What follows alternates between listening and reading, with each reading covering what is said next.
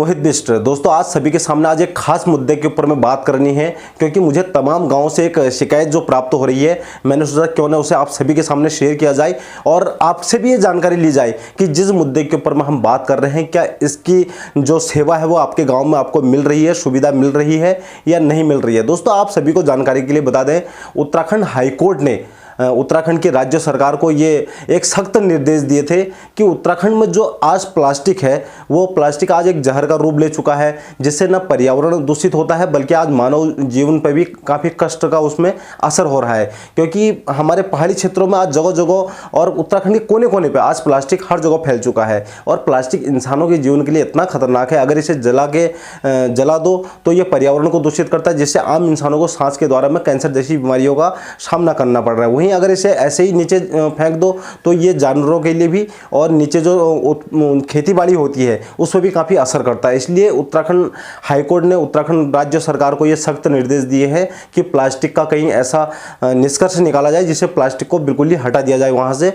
तो अब प्लास्टिक को तो रोका जा नहीं सकता, फैक्ट्रियों को तो रोका जा नहीं सकता, लेकिन गांव-गांव में जो आज प्लास्टिक जा रहा है उसके लिए उत्तराखंड सरकार ने क्या करा है, एक बैठक बैठाई जिसमें उत्तराखंड के 7,791 ग्राम सभाएं जो हमारे 13 जिलों के अंतर्गत में आती हैं, उन सभी ब्लॉक मुख्यालयों को बोल दिया कि प्रत्येक जो ग्राम पंचायत है, प्रत्येक ग्राम सभाएं हैं, उन सभी में 3 लोगों को इसमें जिम्मेदारी दी गई है। ग्राम प्रधान, क्षेत्र पंचायत और जिला पंचायत, 3 लोगों को उस प्लास्टिक को हटाने के लिए जिम्मेदारी दी गई, जिसके लिए उन्होंने प्रत्येक ब्लॉक में हर गांव हर कस्बे को डस्टबिन बांटने के निर्देश दिए। उसकी जिम्मेदारी ग्राम प्रधान की होती है। लेकिन आज हालात ये है, उत्तराखंड के कई जगहों से आज मेरे पर लगातार फोन आ रहे गाँव से कि हमारे गाँव में अभी तक डस्टबिन वितरण नहीं किए गए हैं, जबकि ये सन 2023 के मई में ही इसको लागू कर दिया था सरकार ने और इसको जुलाई तक फाइनल हो जाना चाहिए था पूरे उत्तराखंड के अंदर में। लेकिन हालात ये है कि अब ये अक्टूबर, आज 1 अक्टूबर है और 2 महीने बाद में ये साल खत्म भी हो जाएगा, लेकिन अभी तक कहीं भी डस्टबिन बहुत सारे गाँव में बटे नहीं है। और कई गाँव में जब बट गए हैं तो उन्होंने ऐसी जगह पर उन डस्टबिनों को दिखाने के लिए लगा दिया है जो कोई काम के नहीं आ रहे, ना तो गाँव वाले उसका कोई फायदा उठा पा रहे हैं, ना ही गाँव वालों को उससे कोई फायदा है, खाली दिखावे के लिए ग्राम प्रधानों ने वहाँ पर खड़े कर दिए हैं। तो इसमें जो 3 जिम्मेदारियाँ दी हैं वो है ग्राम प्रधान, क्षेत्र पंचायत और जिला पंचायत। अब मैं आपको विस्तार से बताता हूँ कि इनकी ड्यूटी क्या क्या रहेगी। जो ग्राम प्रधान की ड्यूटी है वो है प्रत्येक गाँव से, प्रत्येक कस्बे से, प्रत्येक चाहे कहीं छोटे छोटे तो गाँव हो, कोई भी हो पहाड़ी इलाकों में, वहाँ से उस प्लास्टिक के कचरे को इकट्ठा करवा के उसको सड़क तक पहुँचवाने का काम ग्राम प्रधान का रहेगा। उसके बाद वो सड़क से ब्लॉक मुख्यालय के उस जहां पर कचरे को इकट्ठा करने का जो साधन प्रत्येक ब्लॉक ने बनाए होंगे वहां तक क्षेत्र पंचायत का काम रहेगा। उस सड़क से, प्रत्येक सड़कों से उसे अपनी एरिया से उसे ब्लॉक स्तर के उस कूड़े के ढेर तक पहुंचाने का जहां से उस प्लास्टिक को उठाया जा सके, पिकअप किया जा सके। फिर वहां से जिला पंचायत की ड्यूटी है कि उस कचरे को गाड़ी के माध्यम से उठा के जहाँ पर उसको बनाया गया, उसको खत्म करने का एरिया, प्लांट जहाँ बनाया गया उस प्लांट तक ले जाने का काम जिला पंचायत का। इन 3 हिस्सों में राज्य सरकार ने जिम्मेदारियां दी गई हैं। लेकिन आज हालात ये हैं, ना तो जिला पंचायतों का कोई कार्य सही से नजर आ रहा है, गाड़ी नजर ही नहीं आ रही, बल्कि गाड़ियों का जो मैंने लोगों ने मुझे बताया, गाड़ियां होटलों का जो कूड़ा है उसको उठाने में व्यवस्था है जिला पंचायतों की।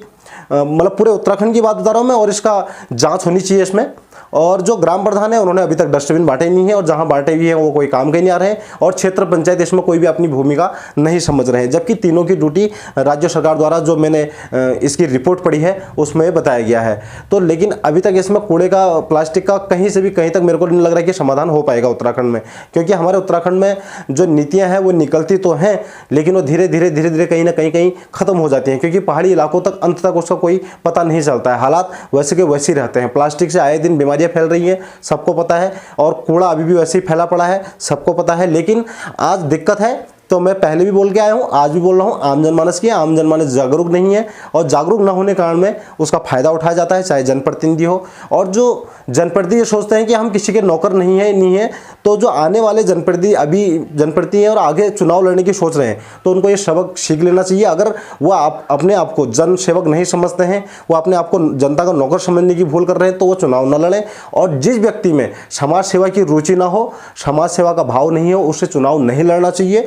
वो चुनाव उसी को लड़ना चाहिए, ग्राम प्रधान में हो, बीटीसी में हो, क्षेत्र पंचायत में, जिसके अंदर में सेवा भाव का मन हो, जिसका अच्छा मन हो, सेवा भाव का जो सामाजिक हिस्सा बनना चाहे। सिर्फ आप पैसा कमाने के लिए जनप्रतिनिधि बन जाते हैं, जब आपको फायदा नजर नहीं आता तो आप उस काम को नहीं करते हैं। यह हमारे उत्तराखंड में एक कलंक का काम करती है, लांछन लगाने का काम करती है, जिससे आज पूरे प्रदेश भर में भ्रष्टाचार हैवी है, पूरे प्रदेश भर में आज लोग परेशान हैं। तो आप जहां से भी मेरी वीडियो बिलोंग कर रहे हैं, उत्तराखंड के 7,791 ग्राम सभाओं में से आप जहां से मेरी वीडियो बिलोंग कर रहे हैं, देख रहे हैं, आप मुझे बताइए कि आपके गाँव में आप सर्टिफाइड हैं, जो डस्टबिन लगे हैं वो आपके वहाँ उससे खुश हैं या नहीं है। कमेंट बॉक्स में बताइए, ताकि मैं एक आंकड़ा लगा पाऊं कि किस ग्राम सभा में ये लाभ पहुंच चुका है और कहां नहीं पहुंच चुका है, कहां के लोग अभी भी परेशान हैं। धन्यवाद। वीडियो शेयर जरूर करना।